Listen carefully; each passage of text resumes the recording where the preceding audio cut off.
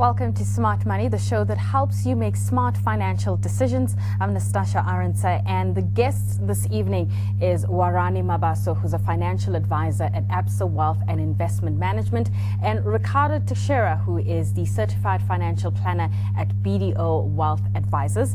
It's hard to know where to start when it comes to personal finance, saving, budgeting, and everything else in between. And that's exactly what we're tackling today. But before we chat to the experts, let's have a look at why some South Africans head to the office every day. Just to be sustainable, have a good life, buy my own house, maybe two or 3 years. Yeah, that's my financial goal right now. To be free of debt, to be able to afford a daily lifestyle in South Africa that doesn't allow for credit cards and a bond. In monetary value, you're looking at being able to make money have money that makes money for itself. Private jet and a yacht. Not a millionaire yet, not a billionaire yet, actually. I hope that in the next 10-15 years that would be possible. My ultimate financial goal would be to live debt-free one day and just to have a good life and be able to pay everything I need to pay. Let's kick things off, shall we? Thank you so much for your time. I mean, we were listening to some of those sound bites, private jet and a yacht. Now, to get to that level, we got to start somewhere. And people come across this term, which we use all across the business media, financial planning, and it probably sounds very daunting. Let's start off with you, Ricardo. What is your understanding of financial planning? So I think the term is, I think you've alluded to, Nastasia, is actually quite misunderstood or widely misunderstood. And I think if we just break it down, it might sound obvious, but the starting point actually needs to start with putting into context actually where you earn your money. So what's your source of wealth? The source of wealth actually is the source of our need for financial planning. And why I say that is that if you can really sort of understand the fact that depending on how you earn, let me start to say that again. The fact that you are earning will actually put you in a position to make a decision of how you allocate those earnings. And that decision to allocate is really the smart money decision that you want to guide with a financial plan. So financial planning is really giving you a framework of actually how you make those decisions of where you allocate your money that you are earning. Yeah. Warani, is that the same definition you come to?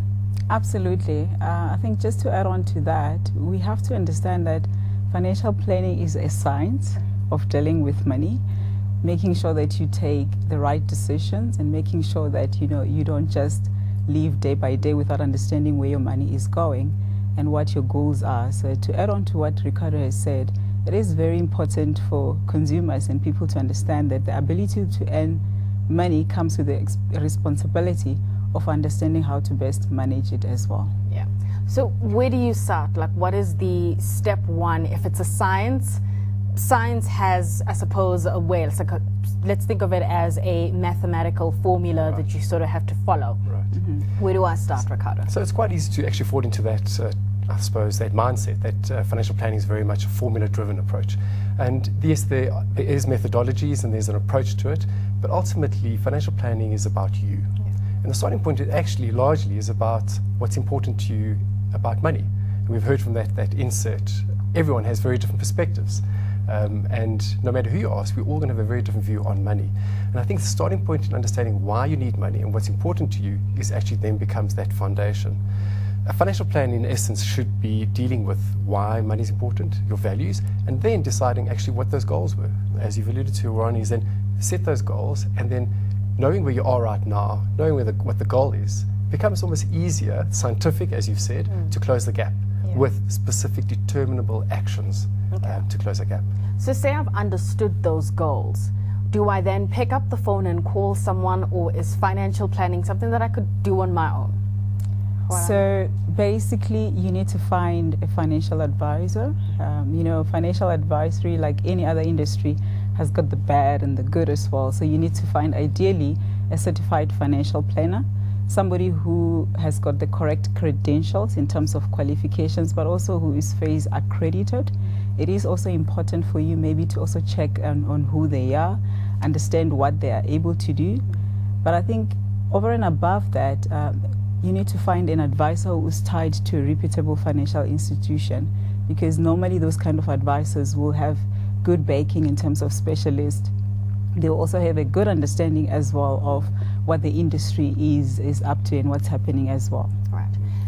Before we go a little bit further, so is there a difference between a financial advisor or a financial planner, or do we use them interchangeably? Does one do something different from the other?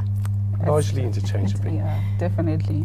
Correct. They do the same. We don't have very strict definitions in our country around financial advisor, financial planner. It's really much a label that is given by the professional themselves. Yeah. You were going to comment on whether is this something you could do on your own or you should call somebody? Yeah, if I can compliment what Harani said now, is that I think it is advisable to have advice. And I think the principle with it is not necessarily the advice, it's actually someone that's going to look at you objectively. Right. And I think that's our human nature, is that we're not going to get into action. It's like a sports coach or training for a sports event or a ballet performance. You're not really going to push yourself unless you've got that coach that is going to say, actually, have you trained today? Did you commit to doing what you said you were going to do?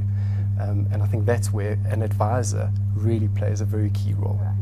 What exactly am I looking for in terms of credentials when I meet this financial advisor or financial planner? What are the key questions that I should be asking him in order for me to understand that my money and my goals are in someone who actually I can trust and it's in safe hands, so to speak? Okay, it's important to understand that this advisor has to be FACE accredited, first and foremost. Also check to see whether they really understand what is happening in the industry, if they're linked to a reputable institution as well. You also need to ensure that they understand your journey as an individual, because financial advice is also about individualism. So you cannot have the same for Ricardo as you would have for me. So you always have to ensure that you are focusing on a financial needs analysis for that specific client. So for consumers out there, it's very, very important to ensure that this is a person who will do a financial holistic planning for them. So it is not only just solutioning them for one need, but to look at the long-term journey with this particular individual. Ricardo? I would support your comments that you've made, and I think all I'd add is that, again, it's a personal choice. Yeah. So there needs to be a rapport between yourself and this advisor. So it's a long-term journey. It's not a once-off check-in and then I'm gone. You ultimately want someone to actually be guiding you throughout your money journey through life. So it's quite an important relationship. And you may get it wrong, so you'll change. Yeah. But I think just take that into mind, that it is a personal choice. Speaking of that, getting it wrong and you may change, do you then mark the person based on what they're able to deliver for you? Is that even possible? Whether you're actually able to achieve your goals in the short term and he's advising you properly. How do you even know that we're winning with this plan that we've set down? I think the winning is actually defining it up front. Yeah. So what's my end goal? But to be specific about it, and what we see at BDO very often is that clients don't get into action. And without getting into action, no matter what's written on a piece of paper as your financial plan, you ain't got any hope of achieving your goal. Right. So there's got to be that actual activity by the consumer to say, actually, this is important to me and I'm going to do something about it. All right. Well, we'll continue looking into the importance of taking charge of your personal finances and how you actually can go about doing that realistically straight after the break. So stay with us.